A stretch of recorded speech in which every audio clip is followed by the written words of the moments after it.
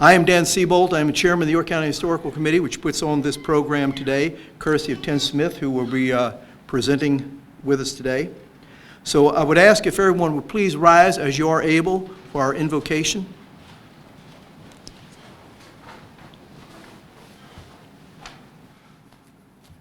This invocation is from Hampton, New Hampshire, and it was from the Lane Memorial Library. Today we are here to honor those that have served our country and given their lives so that we may stand here and still live in freedom.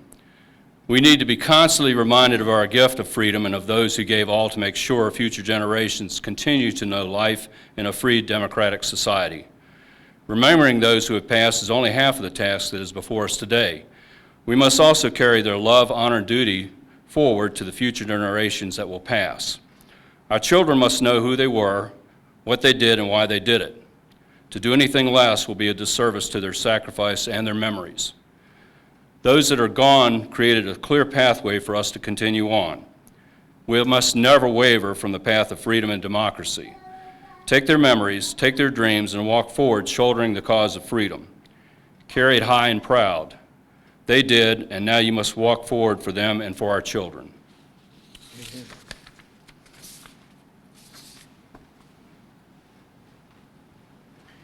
And now we'll have our first portrait, Portrait 1, 1942, United States Navy. Tim? So what we wanted to do is show some profiles of some of the folks from York County that served in the war, and then I've got a little surprise on each one of these also. So our first two are actually unknowns. They're York County citizens, but the names have been lost. The portraits are in family albums, and they're just not sure. So I thought it was appropriate that we, when you look in your family albums and you've got a military image and we're not sure who it is, make sure the image gets digitized, save it, because eventually somebody will recognize it and go, oh, that's my uncle, or that's so-and-so. So anyway, we've got one fellow on your left, served with the 2nd Infantry Division, and U.S. Navy mechanics mate on the right. Our first portrait, though, on your left is Haygood Elmo Elkins, unusual name. So we had the photograph, but with that name I was able to find out his history. He was born in 1922 at Fort Eustis. His dad was in the service, but he lived in Tab. They kept a home in Tab, so he grew up in Tab and went to high school here. And he entered the Navy in World War II. What's interesting is he leaves the Navy at some point and goes in the Army. So I'm not sure what, but he serves in the Navy and in the Army in World War II, and then in the Korean War he serves in the United States Army, and in the Vietnam War he serves in the United States Army. So he's got three conflicts he served in. After he serves in Vietnam, he retires from the military. He becomes a CIA photo analyst in Washington, D.C. And he retires back here, passes away in Newport News, and is buried at Arlington Cemetery. So quite a career for this guy, and probably the first military image he had done. So on the right, on your right, is another Navy veteran. This fella served with a cousin of mine, and one day I was talking to my cousin at a boatyard who's since passed, and he was on the USS Sheridan, which was an APA. It carried amphib troops, carried Marine contingents for many of the landings in the Pacific. And Jack told me, I said, you were on the USS Sheridan? He said, yeah. He said, that fellow from Green Acres was one of our officers. I said, Eddie Albert? He said, yeah, but we didn't know him that way. He wasn't Albert when I knew him. So anyway, on your right is Eddie Albert. Eddie Albert was a star before the war, and he could have chosen to do documentaries and propaganda films, and he chose to go into action. He was decorated for his action in the invasion of Tarawa, and served throughout the war all the way through Okinawa. So that's our first portraits. At this time, we'd like to have the VFW post the colors, and Dan's going to take it over. Thank you, Tim.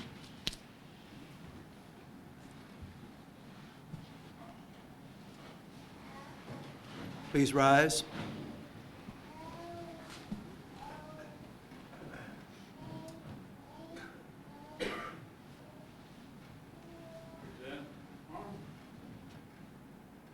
Please remain standing for the playing of our national anthem and the Pledge of Allegiance following.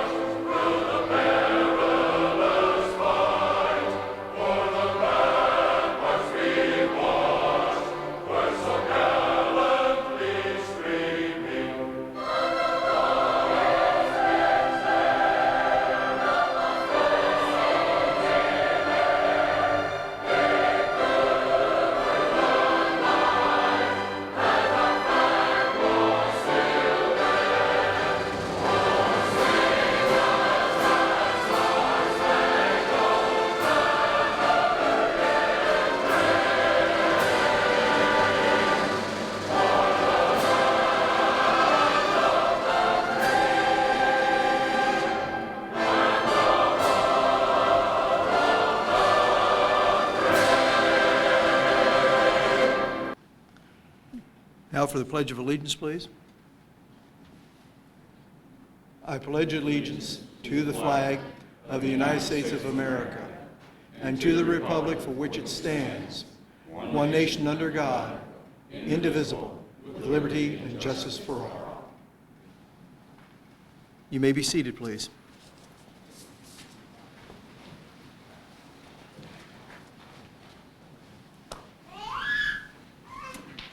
This is a little different for us this year because it's the first time we've done the program with the COVID mask mandate. So bear with us, and I appreciate everybody following the directives we're doing with this. Our second portrait is a fellow on your left, Floyd Jefferson Carter. He was born in York County, in the Lackey section of York County. Leaves, he becomes one of the Tuskegee Airmen. But he not only flies in the Second World War, he also flies in Korea and Vietnam. So he's a three-war veteran. He retires from the Army, serves a career in the Army, then the Air Force, retires from that and becomes a New York City policeman. So he's actually living in New York City when he passes away. But his connections and his birth right here in York County, Virginia. So we're honored to have him as part of our legacy.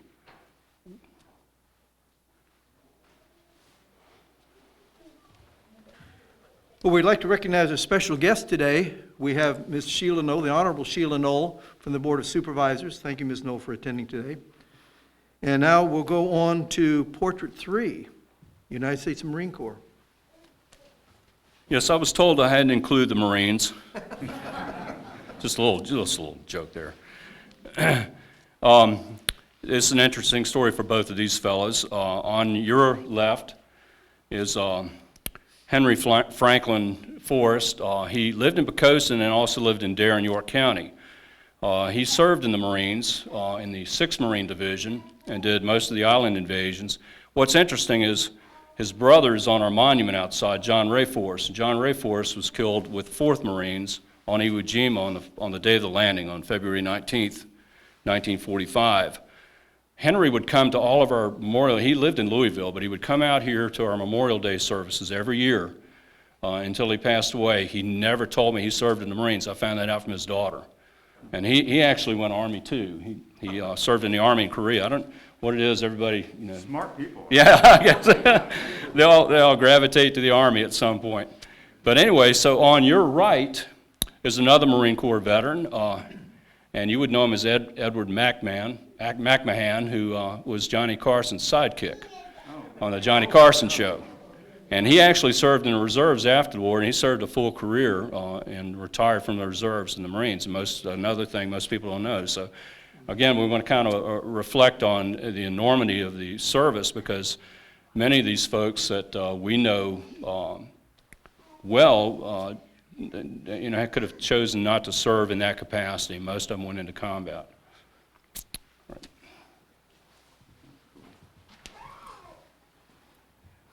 Today, we're honored to have a special guest speaker, Brigadier General John Klein, United States Army Center for Initial Military Training out of TRADOC at Fort Eustis. Brigadier General John Klein is the commanding general for the Center for Initial Military Training and the Senior Army Element Commander for Fort Eustis.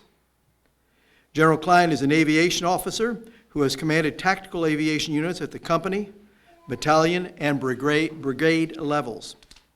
A combat veteran, he has deployed to Iraq and multiple times to Afghanistan. His most recent assignments include the Director for Operations, Plans, and Training at Fort Eustis for the Training and Doctrine Command, and most recently, he represented the United States in conducting routine communications with the Taliban Political Commission in Doha, Qatar. General Klein. Thank you.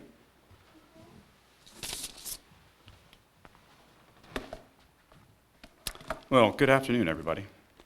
Good afternoon. Happy Veterans Day to you all. So let's just do a couple thank yous. Ma'am, it's good to meet you today, and thank you for being here today. And Dan, thanks for letting me come in and kind of crash this party a little bit. I'm we happy to be here, and it's My good meeting you, younger Tim, brother as was in well. the Army, so I can understand. But he retired from the Air Force. We'll get to the ribbing here shortly on services, trust me. And our fife and drum, where did our band members go? They're in the back there, but they sound fabulous. You know, having grown up as a kid there for a while in Fort Myer, Virginia, they rival there. You sound a very, very professional organization, so thank you for what you contribute to this. And I understand we have the Daughters of the American Revolution representation as well, other, you know, okay, in the back, good. I see a waving hand back there, that's good. And then the Morehouse Society Children of the American Revolution as well. Okay, I see some more hands waving in the back there, so it's good. And then I would like to do a special kind of thank you for our Naval JROTC folks that are in the room. And Senior Chief Gibbs, good meeting you when I walk in here, but I have the unique opportunity in the assignment I recently had where, you know, we have all the accessions and we have Cadet Command and Recruiting Command and these organizations within TRADOC. And little known fact that, you know, folks just don't understand the value that we get from all of our JROTC programs. And so when you peel the onion on the quality of individual that is entering these programs, you realize that by a pretty large margin, higher GPAs, and they are on the lowest end of the scale when it comes to dropouts and misconduct and things like that. They are more propense to serve afterwards. It is not a recruiting tool for us, but it is absolutely a citizenship program.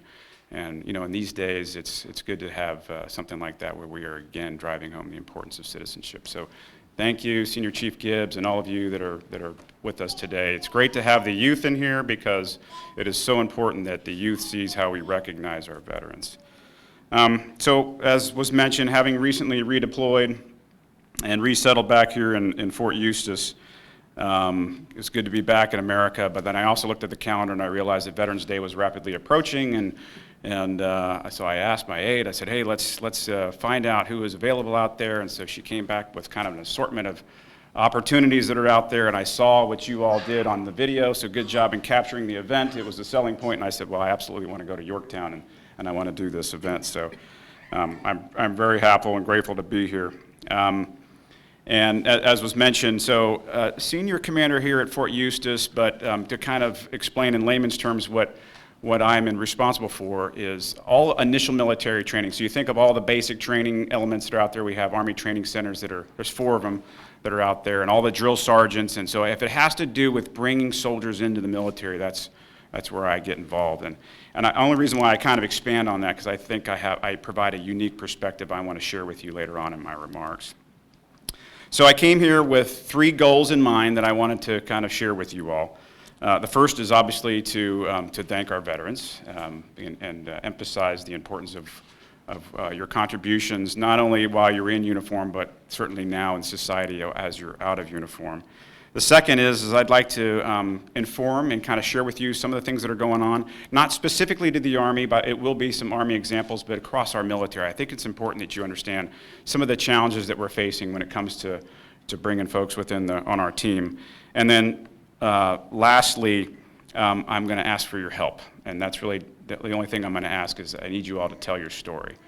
Tell whatever service that you're with and however you served, please tell your story to your communities that you live in back home. It's so important to us. It's very, very important that we don't lose sight of the value of being recognized in our service. And that's due in large in part because of my father and the voices that were probably in this room. And personally, I think it is our mission as veterans to make sure that we always carry that water, that we tell our local leadership and we remind our communities where we come from the value of being a veteran. It's very, very important to us. And then it's not just the service that took place while you're in uniform, but it's also the service that took place after you came out of uniform back in your communities. But I often think about the sacrifices that were made when you think back through the conflicts. And as I recall, sitting in venues much like this and going through Veterans Day speeches, whether I was listening to them or I was writing them and giving them, I would think about, my mind would automatically start to think of visions of, all the wars we've kind of been through. And it starts off, obviously, with the significance of today on the 11th month, on the 11th day, the 11th hour, Armistice Day. And I immediately, my mind, although of course we weren't there, I start thinking about trenches and tangled barbed wire and no man's land. And I envision, craters that are all over the place. And some of us can, given movies and things we've seen and pictures we've viewed, we have this vision of soldiers and even horses that are wearing protective masks. And you think about the sacrifices that were made during the Great World War I. And then you fast forward in your Rolodex in your mind, and you think about World War II. And as an Army guy, I can't help myself, but I start to think about the beaches of Normandy. I think about June 6, 1944. I think about the 101st and the Battle of the Bulge. This is the images that go in my mind. Soldiers that are in bunkers in frozen lands and dark forests in Germany. If you're a Marine, maybe it's Iwo Jima or it's Tarawa Terrace, or if it's the Navy, it's Midway. But you have a vision when you think about those that have tread before us. It's just natural, I think. You think about Korea. The one thing that comes to my mind with Korea is Chosin Reservoir. I think of the frozen conditions that our Marines suffered and endured during that period. And then you fast forward to Vietnam. Of course, I start thinking about my dad, but I think about, I just can't help but think of a hot, muggy jungle warfare fighting an enemy that was very cunning.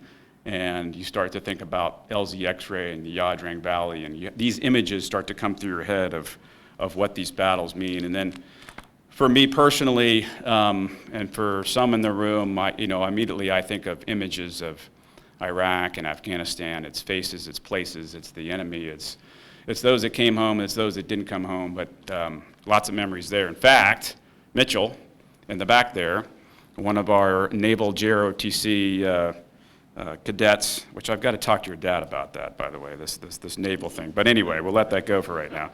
I met his dad, by the way, my former next-door neighbor, also a one-star general. He's there with me at Fort Eustis. And I was just sharing with Mitchell that this is how small this world is. I met his dad for the first time when he was a lieutenant colonel. And we were we actually flew out to his fob. And we were standing, 4 of us were standing around a table in a mud hut, a village out there, with a big piece of imagery on it, and it was the surrounding area. And it was the brigade commander, it was the Air Cav squadron commander, it was me, the assault aviation battalion commander, and it was Guy Jones, the infantry battalion commander. And we were looking at this piece of land that was just the devil's den. The enemy was just thick. Taliban were really thick in this, and this was down in the Zari Panjwai, southern Afghanistan. And we knew that Special Forces had gone in there about 3 days prior. It was a firefight, and we started looking at the tree line. We said, okay, we're going to have to lead with rockets, and we're going to have to prep this LZ, and we're going to have to get in there. And as we started talking this, we're looking at each other, and we said, okay, no, we're not going to do this. It's not enough value. He ended up getting approval, I think, from the mayor of Kandahar, and they used bulldozers and bulldozed the cities with this little mud hut. But that's when I met your father for the first time, and good memories. And I'm glad we're here to talk about those memories, because I think what we were getting ready to do was not the smartest thing to do. But the last thing I think about when I think about Veterans Day is I think about this. So I think about this kind of event, and the image that comes to my mind are ladies and gentlemen that are wearing usually colorful campaign hats. As a matter of fact, that's what I envision. I envision going to events up in Minnesota where my folks live now and all over every assignment I've ever been to, and I have this vision of these veterans that are sitting here with the campaign hats, and that means something to me. But the importance of today, it's described in many ways, but one quote in particular really resonates with me more than the rest, and this is one we've probably heard many times, but it's worth mentioning again today. And George Washington stated it. He said, "The willingness with which our young people are likely to serve in any war, no matter how justified, shall be directly proportional to how they perceive the veterans of earlier wars were treated and appreciated by their nation." And so the significance of Veterans Day is not lost on me, or it should never be lost on any of us. Many argue right now we're kind of in an interwar period, which is somewhat concerning because, and this is where I want to transition kind of to the second thing I wanted to share with you, and that's some of the challenges that we face today. And so this is not unique to the Army. This is for all services. Today's youth was born after 9/11, and so we recall when 9/11 was going on, a very patriotic time in our lives, probably similar to post-Pearl Harbor.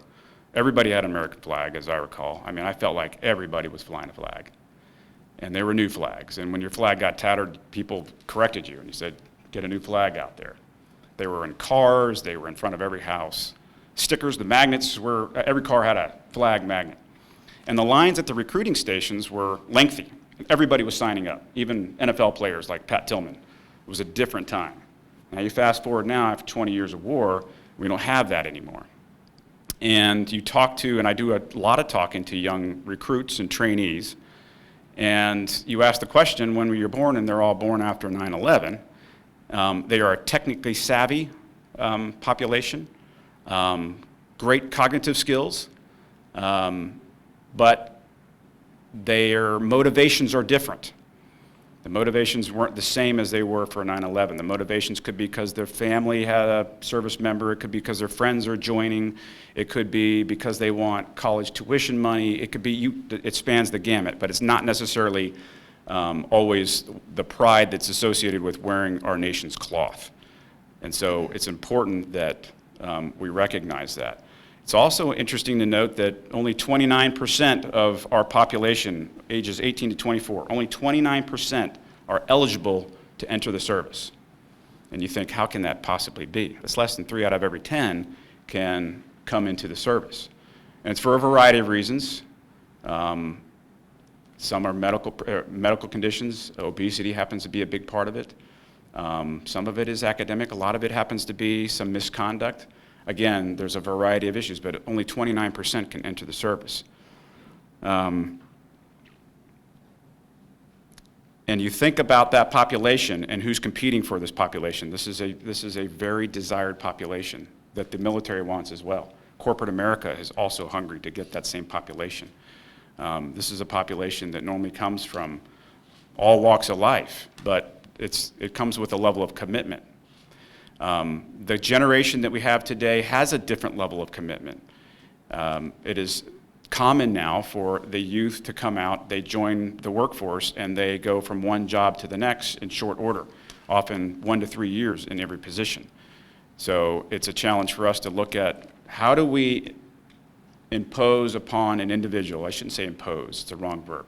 How do we impart our values, who we are as a military on the youth so that they feel compelled or feel the desire, I should say, to serve for 20 years or 30 years? How do we instill that level of pride? Easy, 9/11, a little bit more challenging now. So that brings me to my last objective, and that's where I'm asking for your help, because we need it. And there's no doubt that within this room that you all have great influence within your community, within your workplaces, within your hometowns, within your neighborhoods, within your churches. And the only thing I'm asking, it's a small ask, but I ask that you tell your story and don't shy away from your service in the military. I think it's important. There's a lot of folks are looking up to you, and so it's good to tell your story. And I would encourage you that you share the value of your service and what it meant to you and what it meant to your, in some cases, multi-generational families that served. and rather than shy away from it, or I shouldn't say shy away from it, but from just withholding that information. Many of us in the military today, we serve because of family members. It's a fairly significant majority of those that serve. My father served, both my grandfathers served, my great-grandfather served. So I'm multi-generational. If you ask a lot of the soldiers today, you do find that still in there. But on occasion, you're finding folks that are just out of the blue. They're out of, you name it, Western Oklahoma or something like that. And what happened? They ran into somebody that was a veteran, and whatever clicked, it clicked, and that they were inspired, and they decided, you know what? I'm going to go serve my country. So I would encourage you to all do that. It's probably taken a lot of work. We are seen as the most respected institution in America, the military, but we are losing that status. We're losing that. We're sliding backwards on that. So this is important that we hold on to that. We don't want to revert back to a time that was post-Vietnam. We don't want to have that time where people are spitting on vets when they come back in. So I don't mean to add end on a note like that where this should be a happy moment. We're talking about Veterans Day. We want to recognize you for your service. We want to thank you for everything that you've done for our country, and we want to thank you for what you still do for our country. And so on behalf of all of us that are still in uniform, I want to say thank you very much for what you've done. Happy Veterans Day. I hope you enjoy the rest of your day today, and thank you for your service.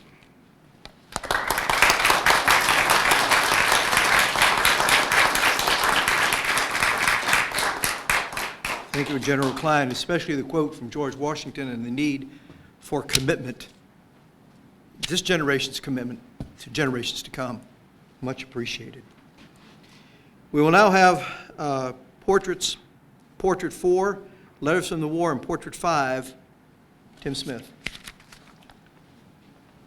Hopefully somebody else switched over to the Army. It is. I did them all that way. Actually, I had a quick story before I do the next portrait. When I see the 101st Airborne insignia on there, and my son served, my son served with the 101st for a while. And one of the stories from World War II that always sticks in my mind when I see that is Bastogne, the Battle of the Bulge. And I can't remember which book, I've read so many books about it, but a group of 101st Airborne guys have been sent out to dig fighting positions outside of the town of Bastogne, and they were digging, and as the Germans were pushing the troops out of the Ardennes and overrunning them, the troops were streaming past them, and one guy just in a panic stopped, and he said, there's hundreds, thousands of them behind us, you've got to get out of here. And the trooper just dug another shovel, threw it over on the side, spit a wad of tobacco out, and he said, well, this is the 101st Airborne, so this is as far as they're going to go. So it always, I don't know if you've heard that one, that always sticks in my mind when I see that. And that's as far as they went, too. They didn't go past them. Our next portrait, 4, is on the left is Lee Lumpkin. And Lee, if you've been to the past ceremonies, you'll remember Lee was always here. He was a World War II veteran, and he was always here at every Memorial Day and every Veterans Day service. He served in the 81st Division in the Army in the Pacific, and he was wounded twice in action. And one of the times he's wounded, he was put in a hospital evac tent, and Japanese threw a grenade in there, so his canteen was with him, and it got shrapnel in it. But he had his name on his canteen. Eventually, he decided he'd go back to the front lines. It was safer than being in the hospital tent. He went back to the front lines, but his canteen eventually gets returned to him, and he would always bring that here for every one of our ceremonies and show the canteen with the shrapnel wound. So he's a wonderful guy. He passed away in 2016 on Veterans Day when his son came by, who was usually always here, or his son-in-law, and said, he said, I went by to pick Pop up, and he wasn't going to be able to come, wasn't feeling like coming, and he said, and that was it, So anyway, and he was was very proud of serving and did a wonderful job. And we miss having him here as part of that. The fellow on the right, 11th Airborne Division, also served in the Pacific, Rod Serling, who did the Twilight Zone, and he saw a lot of combat. He did the jump in the Corregidor with the 11th, and some of the things he talked about in later life, some of the visions he put in, some of the stories he wrote for the Twilight Zone came from some of the horrors he saw during the war. So anyway, that's our 4th portrait. At this point, what we'd like to do now is we're going to have the music Letters from War played, and we'd like all of our veterans, Chief gives you, everybody that's a veteran, to come forward, stand up here and be recognized, and our committee is going to give each one of you a flower. So that's a cue for our music letters from war, and if you please come on up and stand.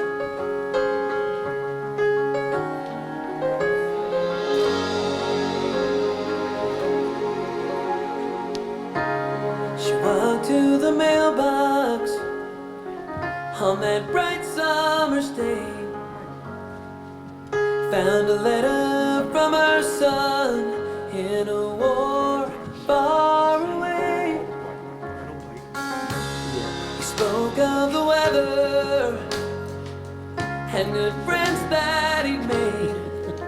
Said, I've been thinking about Dad and the life that he had. That's why I'm here today. And then at the end said, you are what I'm fighting for. It was the first of his letters from war.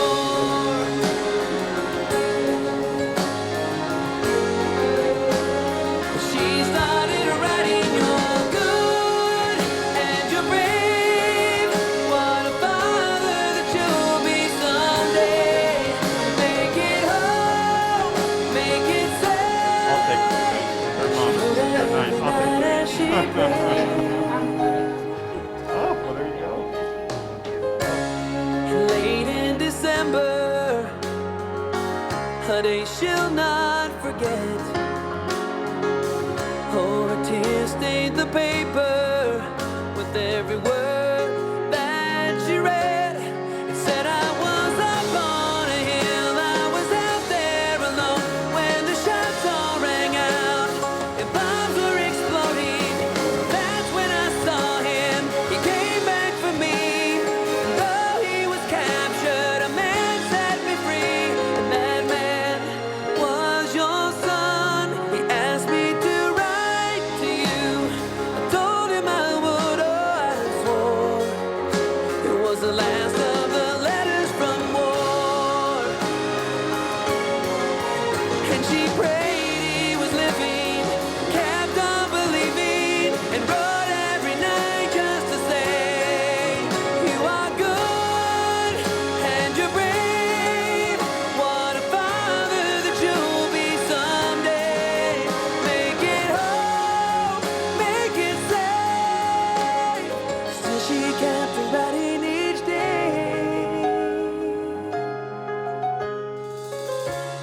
And then 2 years later, autumn leaves all around. A car pulled in the driveway and she fell to the ground. And out stepped a captain where her boy used to stand. He said, Mom, I'm following orders from all of your letters, and I've come home again. He ran in to hold her, dropped all his bags on the floor, holding all of her letters from war.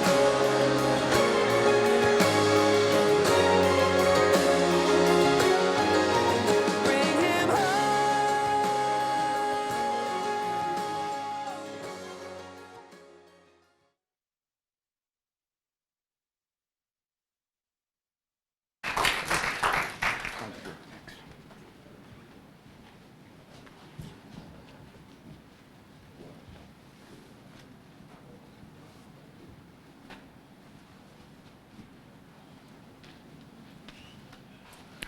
We're proud of all of our veterans, all those that served and are still serving.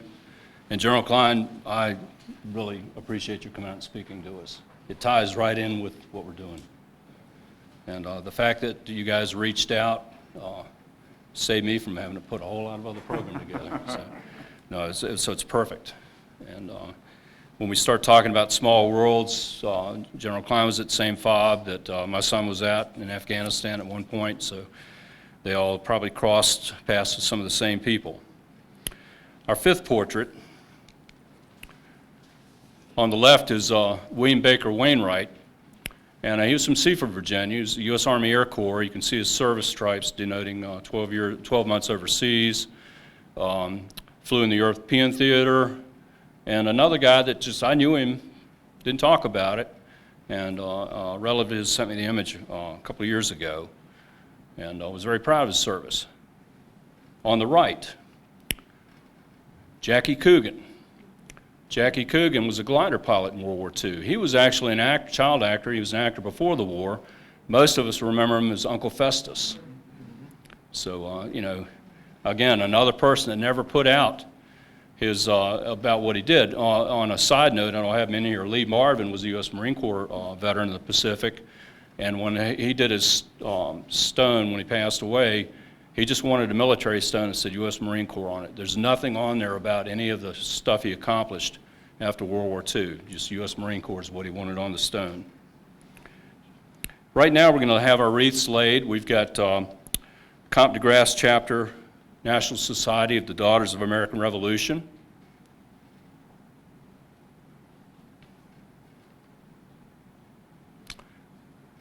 We have Disabled American Veterans chapter 13. Place their wreath. Terry just does such a great job for the veterans. I don't know if you all are familiar with the work he does over at the VFW DAV Center.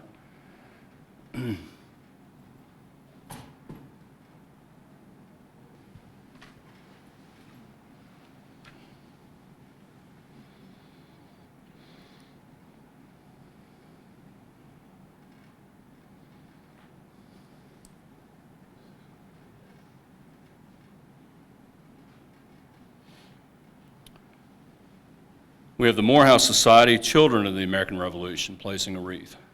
We're very glad to have you guys participate again.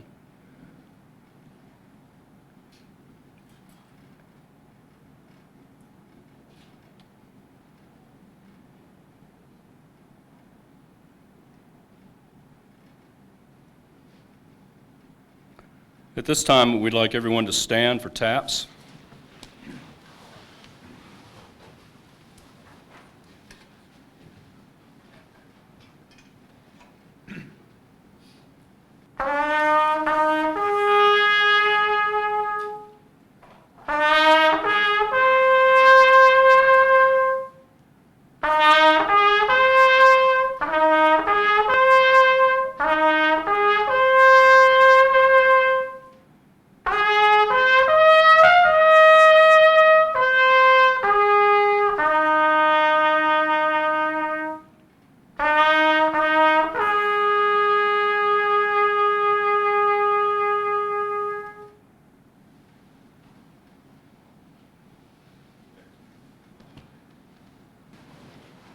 I don't know about that.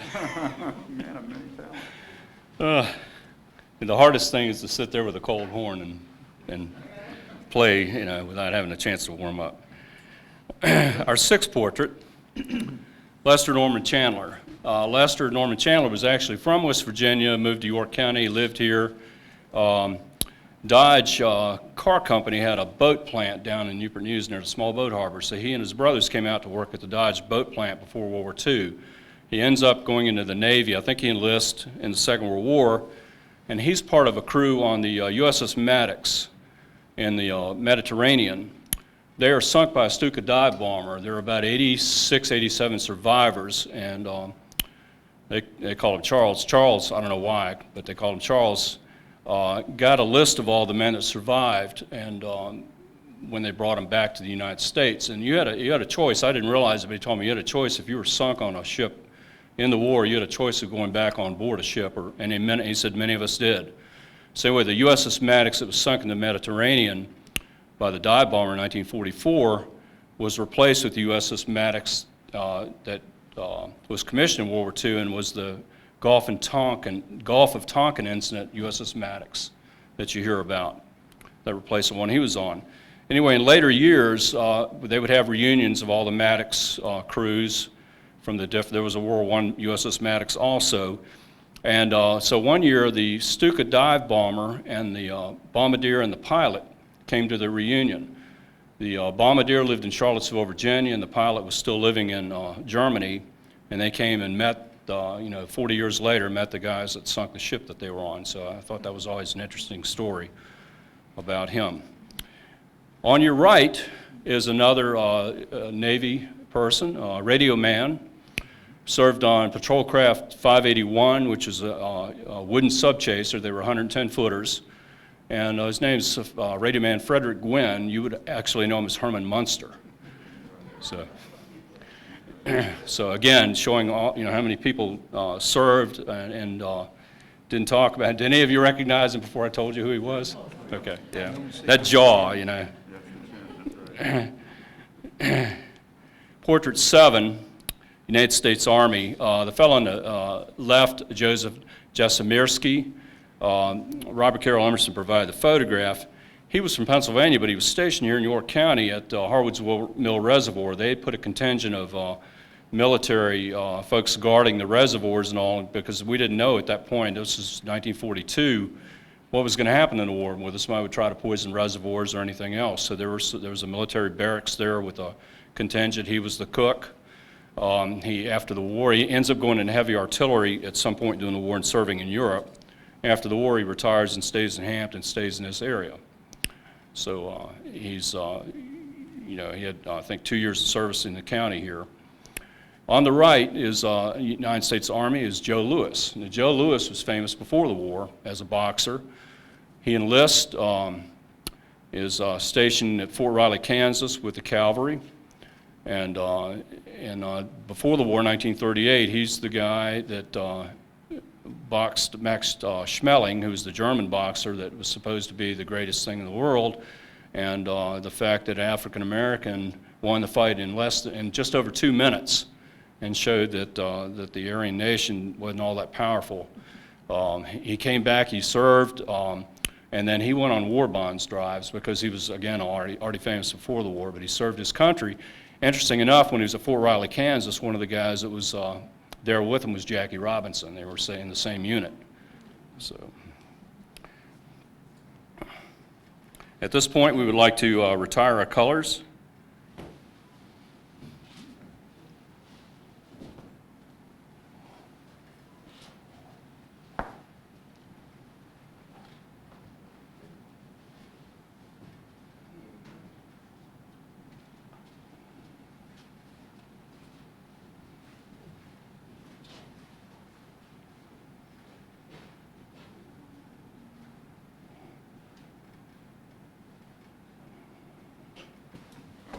Our last portrait. We know him?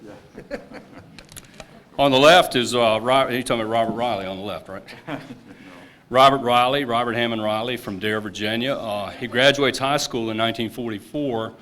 In May, goes right into the service, is drafted, or I think he was going to be drafted, chose to go into the Naval Construction Battalions, the Seabees we were talking about. This photograph is dated August of 1944, so he had just gotten out of training. Training at that time for the Seabees was Camp Perry. Camp Perry, that we know is a different type of base now, was originally built as a Naval Construction Battalion training base. The service expanded so quickly that there were 250,000 Americans served in Naval Construction Battalions during the war. They were just amazing entities. They numbered from 1,000 to 1,100 per battalion, and they took everything with them. They had their own barbers, their own shoe repair guys. When they moved as a unit, they took everything with them as a unit. He served with the 115th Naval Construction Battalion. Someone else I knew never talked about his service. Not against it, just wasn't anything in his venue to talk about. He served and he came home. And everyone knows on the right is Paul Newman. But his background, and he never used his background. We know him all as an actor. But he's a torpedo bomber. He served as a gunner and a pilot. He also trained other torpedo bombers, and he served on CV-17 USS Bunker Hill, and he was at Okinawa. So he served through the war, was good enough at what he did that he actually trained other pilots, came out of the war, went back to doing what he was doing, and you never talked about it. Everybody knew he was a veteran, but it was just a part of his life. And real quick, the last slide on here is the 1946, at the end of the war, the 82nd Airborne marching through New York. The 82nd fought from North Africa, Sicily, Italy, the Ardennes, Normandy, Market Garden, the airborne drop in Holland. They saw through the whole war. So when I look at this picture, when I first came across it with the Library of Congress, I'm thinking that many of those guys that are marching are probably replacements because they've been through so much horror over the time that they were deployed. Anyway, thanks again for coming out.